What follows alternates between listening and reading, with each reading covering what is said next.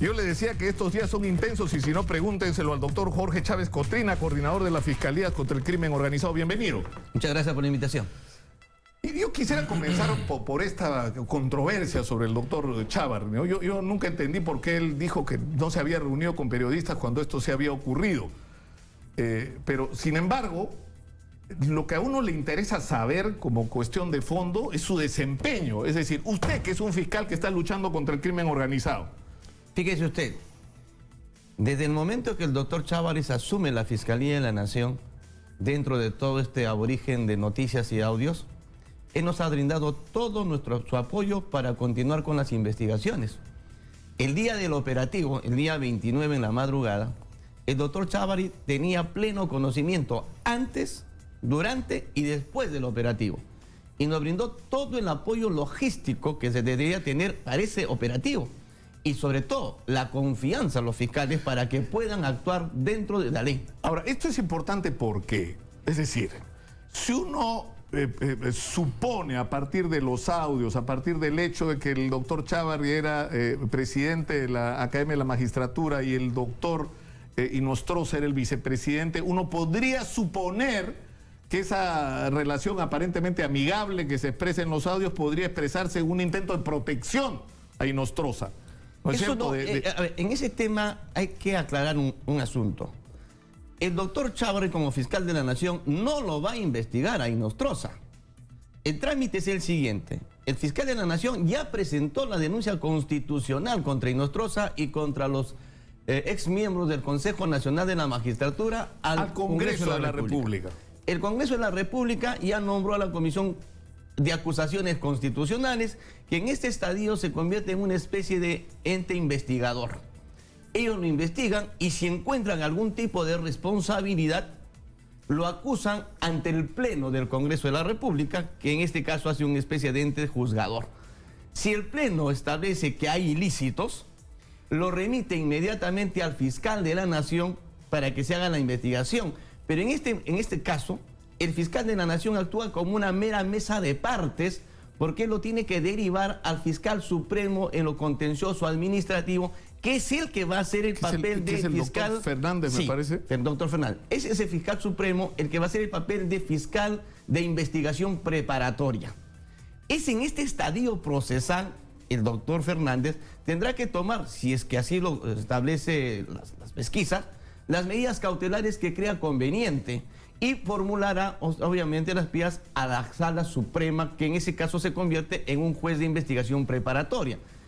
El fiscal de la Nación no tiene competencia para investigarlo, es una mesa de partes. Por eso que cuando escucho a algunos juristas que dicen que el doctor fiscal de la Nación se inhibe en investigación, ¿cómo se va a inhibir de algo que no le compete? Entonces eso hay que aclararlo. Ahora, hay que hacer honor a la verdad con respecto a todo este destape que se ha producido con los audios, ¿no es cierto? Y esto tiene que ver con el trabajo que ustedes y las fiscalías de lucha contra el crimen organizado vienen desarrollando, ¿no es verdad? O sea, ¿esto comienza ¿a dónde? Comienza en el Callao, cuando ustedes están persiguiendo una banda ligada al narcotráfico, al sicariato y a la extorsión.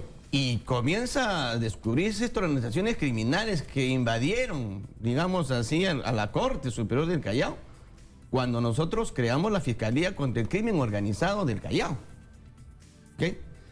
Y esta fiscalía, la doctora Rocío Sánchez, que ha demostrado ser una fiscal corajuda, valiente, inteligente, conjuntamente con la policía, comienzan a intervenir teléfonos de una organización criminal dedicada al narcotráfico. La investigación era contra un narcotráfico, no era que se estaba chuponeando los vocales. De ninguna manera. Eso vino luego. Eso vino después. Se interceptan teléfonos de esta organización criminal y ahí aparece la voz del señor Salinas, que es el abogado. Entonces, en las conversaciones se escuchan, es lo que me ha informado obviamente la fiscal, porque no tengo acceso a los audios, que comienza a hacer acuerdos para manejar los expedientes en la Corte. Y comienza a contactarse con otros funcionarios de la Corte de Justicia. Hasta ese momento no sabíamos quién era.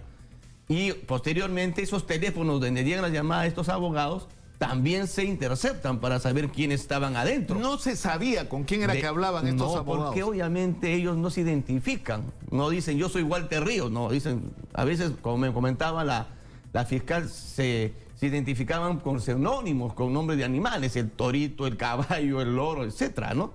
Entonces, ¿cuándo tomamos conocimiento que efectivamente los teléfonos tanto del señor Inostroza, del señor Walter Ríos? El 11 de junio de este año, las compañías de teléfonos le informan oficialmente a nuestra fiscal que esos abonados pertenecían a estas dos figuras. Pero para esa época ya la interceptación telefónica había concluido. En ese momento, cuando ya la fiscal tiene la información concreta de que se trata de vocal superior, jueces de primera instancia, el vocal supremo, inmediatamente ella dice, yo no tengo competencia para investigarlo porque así la ley manda. Entonces estaba elaborando su informe para remitirlo al fiscal de la Nación para que él obviamente lo derive a la Fiscalía Suprema de Control Interno.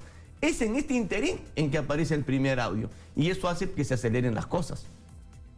Ahora, ha habido mucha crítica con respecto a la filtración del audio, porque es decir, estos audios los solicita la fiscal, los autoriza el juez, ¿no es cierto? Así es. Y esto se le encarga al equipo Constelación. Así es. Que es un equipo donde participan policías peruanos todavía o no con colaboración de miembros de la policía norteamericana, de la DEA. No, lo que pasa es que el apoyo que nos da la embajada americana es en el financiamiento de la... No participa porque surgió montones de leyendas sobre dónde se filtraron los audios. A mí, sinceramente, a estas alturas me parece lo menos relevante. Exactamente. Porque yo creo que, digamos, la función que ha cumplido para la sociedad el haber revelado los audios es absolutamente positivo. Yo creo que ha sido fundamental para poder desentrañar toda esta red criminal que tomó por asalto la Corte Superior del Callao. Yo me felicito y felicito a mi fiscal por la valentía que ha tenido de continuar adelante con esta investigación. Y nuestro fiscal de la Nación, el doctor Chávez, le ha dado todo su apoyo en esta investigación. Le ha dado incluso cuando hicimos el operativo, y tuvimos que utilizar 26 fiscales, como siempre pensamos. Una vez que ya se detienen a estas personas, el señor fiscal de la Nación dispuso que se le dé un apoyo de 10 fiscales adjuntos para que continúe estos 15 días. Lo que ha sorprendido es que no sabían lo que les venía. Es más, Camayo no abría la puerta, ¿no? No se sabía qué hacía adentro, ¿no? Pero decía, me estoy cambiando, pero ¿qué estaba haciendo? ¿Estaba tratando de desaparecer evidencia? ¿O qué? No hubo explicación, por eso fue que tuvieron que romper la puerta, ¿no? Lo que ocurre es que estaban confiados en que no iba a pasar nada, ¿no? Como ellos tenían la idea, como siempre pensaban, decían, ¿qué va a haber un operativo? Para empezar el día 29, la policía está más dedicada a la protección por la parada militar, fiestas patrias, y es justamente la estrategia que se utilizó, conjuntamente con el coronel Colchado, jefe de la DIVIAC, que es el jefe operativo, conjuntamente con nuestra fiscal, que el día más preciso era la madrugada del 29, porque todos estaban pues celebrando fiestas patrias. Y gracias a Dios, fiestas patrias cayó sábado y domingo. O sea, no fue semana larga, porque si no, de repente hubieran viajado al interior del país o al extranjero, ¿no? Ahora, doctor Chávez Cotrina, lo que tenemos acá delante es, ¿no es cierto? Se inicia una investigación sobre una organización criminal. Así es. Y esta tiene vínculos con nuestro sistema de justicia. Ahora, ¿cuál es la razón de ese vínculo?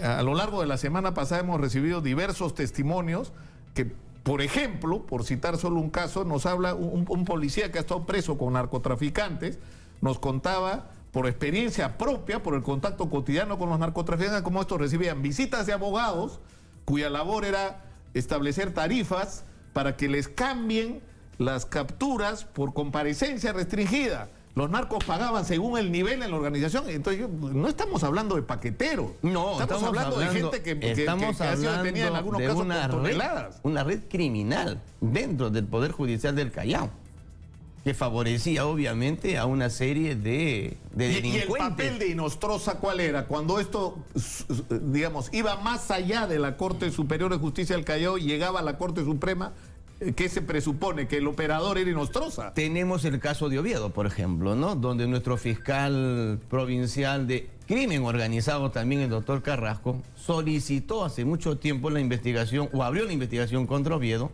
solicitó una serie de medidas y todas las medidas eran pues frustradas por entes judiciales, incluso por una casación que firme el señor Inostroza. En base a esa casación, una juez de acá de Lima.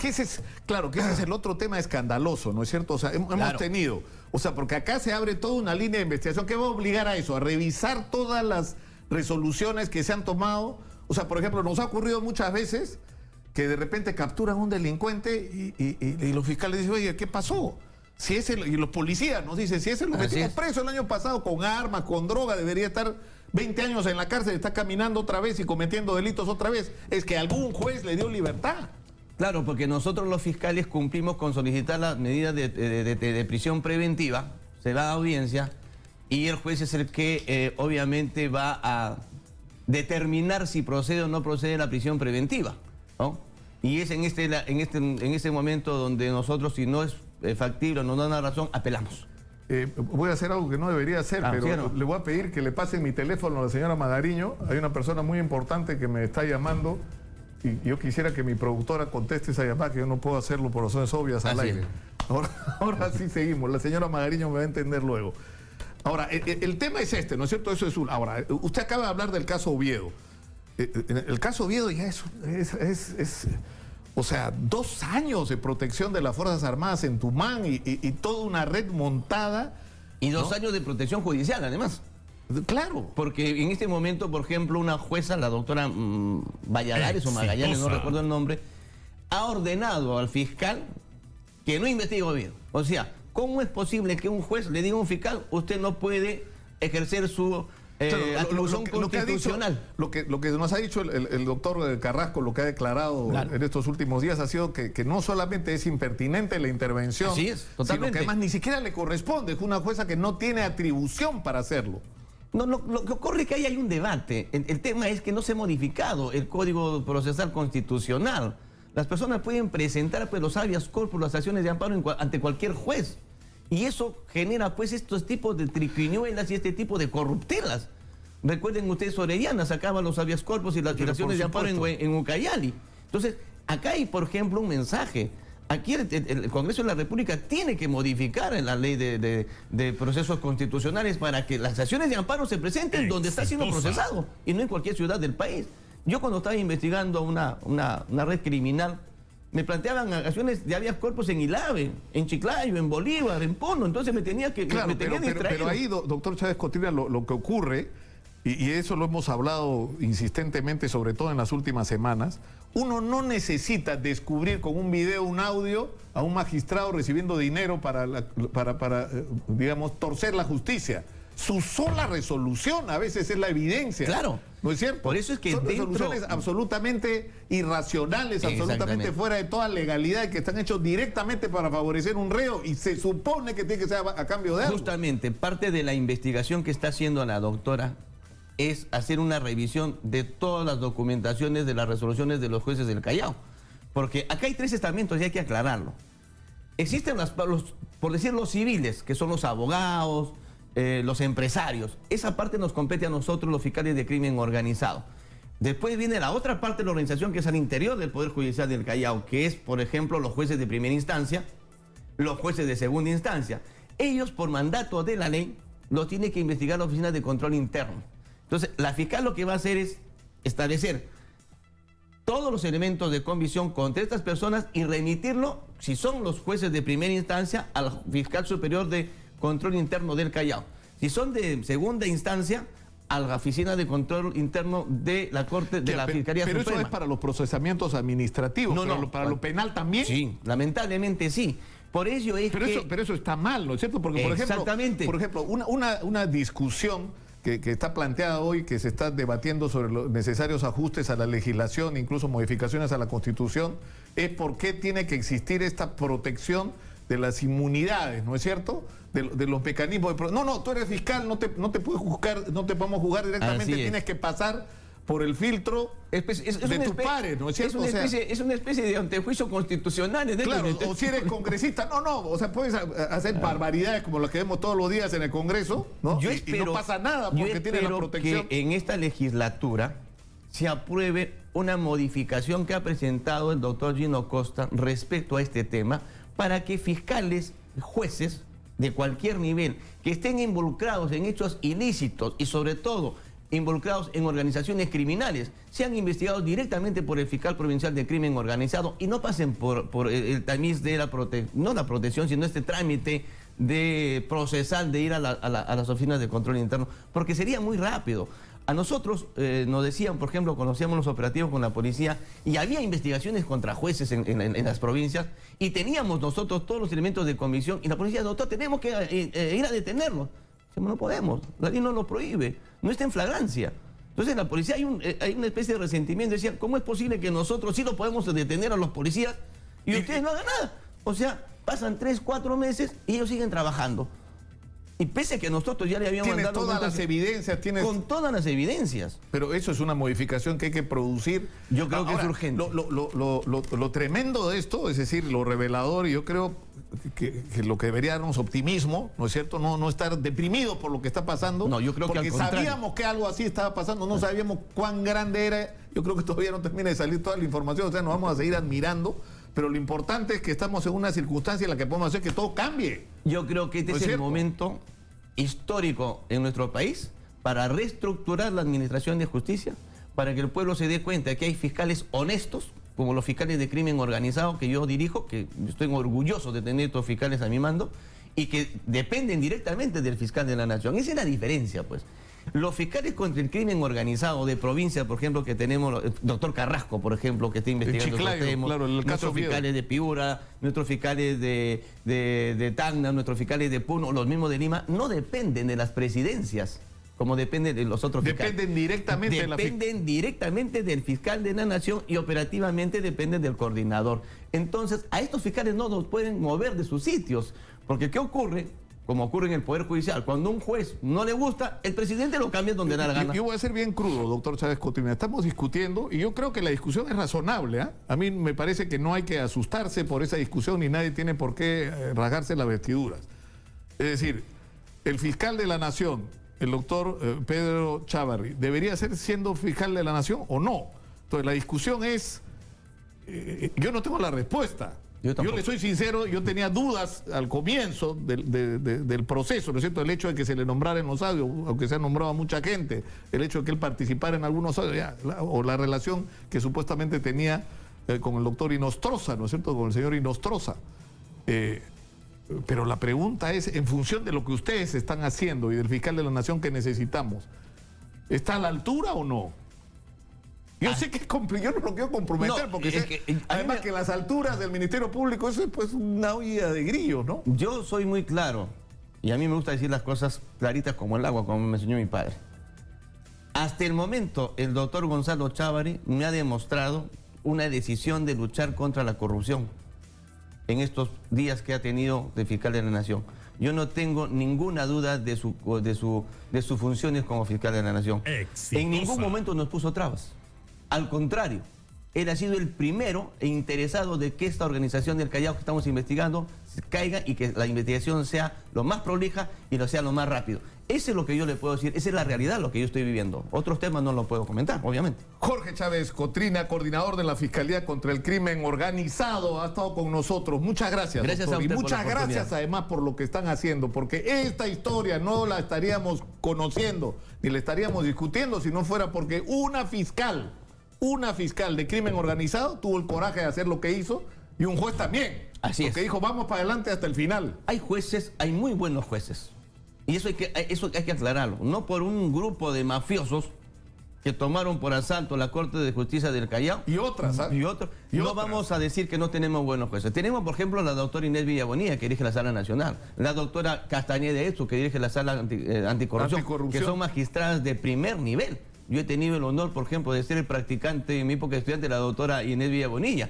Y obviamente dio muchas enseñanzas. Hay que reconocer la calidad de buenos fiscales y de buenos jueces también.